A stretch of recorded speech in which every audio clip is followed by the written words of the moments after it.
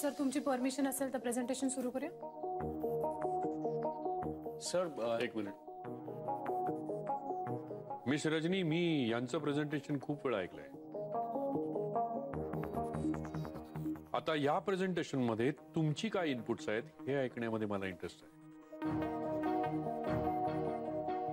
So please go ahead.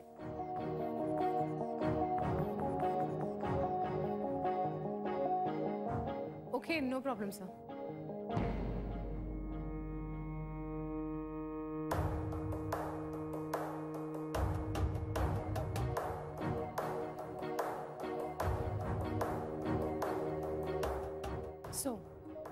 Sir Dev टूर्सनी plan केलेल्या या टूरमध्ये देव टूर्स बरोबरच एडीएम कंपनीला हे बेनिफिट होईल या दृष्टीने काही इम्प्रूव्हमेंट्स करून आम्ही हे नवीन पॅकेज डिझाईन केले.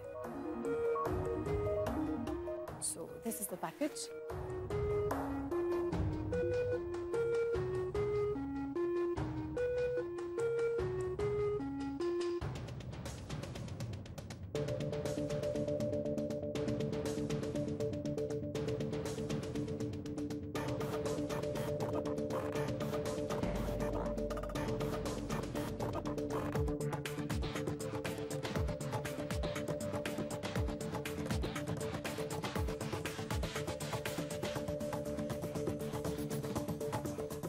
That's it, sir. And I think this is the best offer. Good. माझ्या मते तुम्ही खूप महत्त्वाच्या आणि इंटरेस्टिंग गोष्टी ह्याच्यामध्ये इन्कॉर्पोरेट केलेल्या आहेत. Good. Thank you sir. Mister Jairam, इतके दिवस तुम्ही ह्या प्रोजेक्टवरती काम करताय, एवढ्या सोप्या आणि साध्या गोष्टी तुम्हाला याआधी का नाही सुचल्या? एक मिनिट सर, तसं नाहीये. हे फायनल प्रेझेंटेशन मिस्टर जयरामनीच तयार केलंय. वा वा मिस्टर जयराम, कमाल आहे तुमची. हे कौतुक तुमच्या कामाचं नाही, तुमच्या गुणांचं आहे. ज्या गुणांमुळे तुम्ही तुमच्या ऑफिसमध्ये सगळ्यांचे लाडके आहात.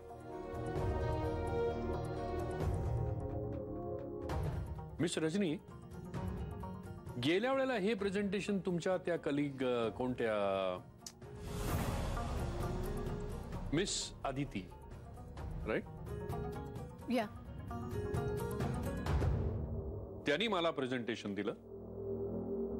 त्याच्यानंतर मला ते आवडलं. मी त्यांना तसं सांगितल्यानंतर त्यांनी हे सगळं क्रेडिट जयरामला दिलं.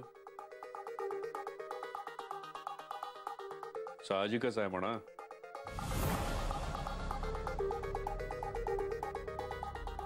सर सॉरी, पण साहजिक होतं म्हणजे?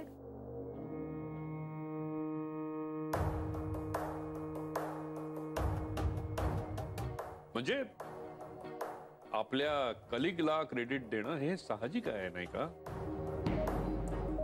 आज तुम्ही सुद्धा मिस्टर जयरामला क्रेडिट दिलं म्हणजे खरोखरच मानलं पाहिजे मिस्टर जयरामला. सगळेजण त्यांनी त्यांच्या न केलेल्या कामाचं क्रेडिट त्यांना देतात. ते घेतात, पचवतात. सगळ्यांना जमत नाही हे असं फुकटचं क्रेडिट घ्यायला आणि ते पचवायला.